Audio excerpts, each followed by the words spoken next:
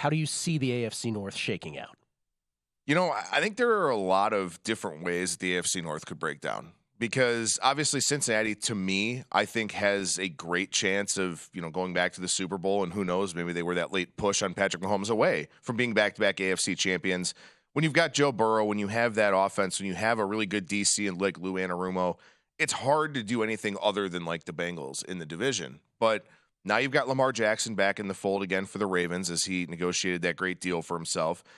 The wild card, really, to me, is the Cleveland Browns. I mean, what version of Deshaun Watson do you get? If you get a Deshaun Watson who's close to a top 5 NFL quarterback, the rest of that roster is really, really good. So that's a team that could spoil the party for the Bengals. He's the wild card of all wild cards. Absolutely. Yeah. And the weird thing is, and I don't know if this has any carryover to this season, but for some reason, Cleveland's matched up really well with Cincinnati the last couple of years.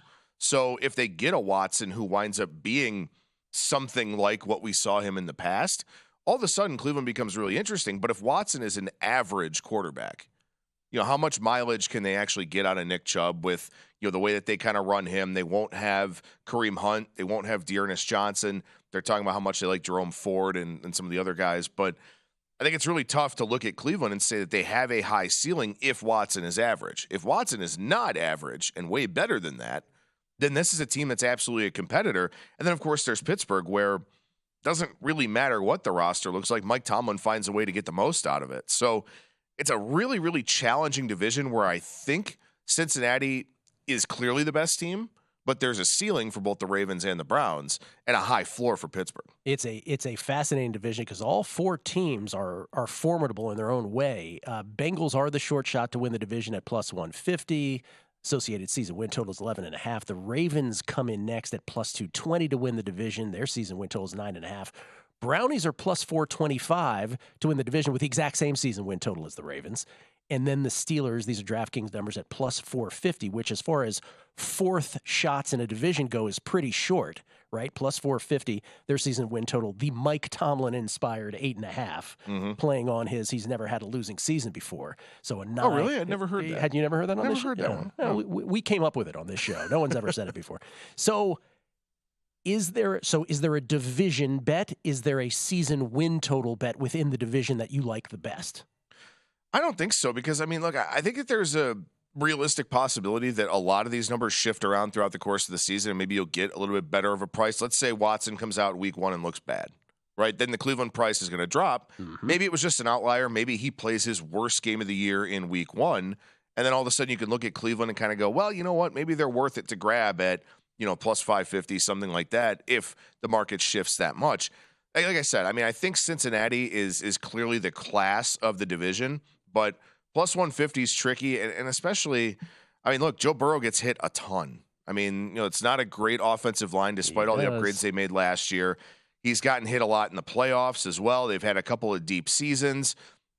Injuries can impact any futures bet, but it would be tough for me in a division that's as deep as this one is to invest in the Bengals at plus 150, because if Burrow misses 4 weeks and it's 2 division games, something like that, all of a sudden this thing's really up for grabs. This is the thing about the NFL. I was talking at the Open about how all it takes is the wrong injury, and all of your bets are toast at that point. Right. If you're bullish on a team, and I'm putting you on the spot for this. Last thing about the AFC North, is there a stretch of schedule with either the Bengals, Ravens, Browns, or Steelers where we can strategize when to jump in on a season win total? In other words, is there a particularly easy stretch or particularly hard stretch that you can sort of wait to exploit?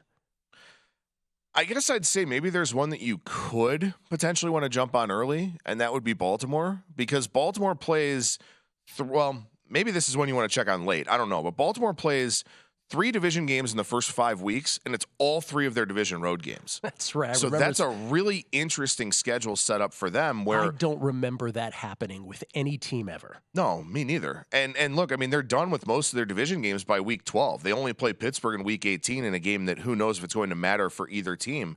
So Baltimore is kind of an interesting one where, do you want to believe in them if they go 2-1 on the road in those first 3 road games through week 5? That sets up really nicely for them to have a good shot here in this division. So 100%. That's kind of the question. Do you want to jump in and trust them at plus 220, where if they go 2-1, maybe all of a sudden they're that plus 150 team? Or do you wait, think maybe they go 1-2, and then hope with the backloaded part of the home games on the schedule, you can get a little bit better of a price. But of course, too, Lamar Jackson's been hurt at the end of the last 2 seasons. Yeah, but but I think it's tough. I think it's a valuable point, though. Again, it's at Bengals week 2, it's at Browns, at Steelers week 4 and 5. That could really go a long way towards informing a division and or season win totals bet, but particularly division, right? And so you're right. Even the difference between, say, a plus 220 pre-flop versus, say, I don't know, a plus 150 to use your number, just throwing out a number. After that stretch of games, if they've gone 2-1, the plus 150 seems like a much better wager at that point than the plus 220. So there's all kinds of ways with NFL schedules to strategize. Go to VSiN.com/subscribe to become a VSiN Pro subscriber today.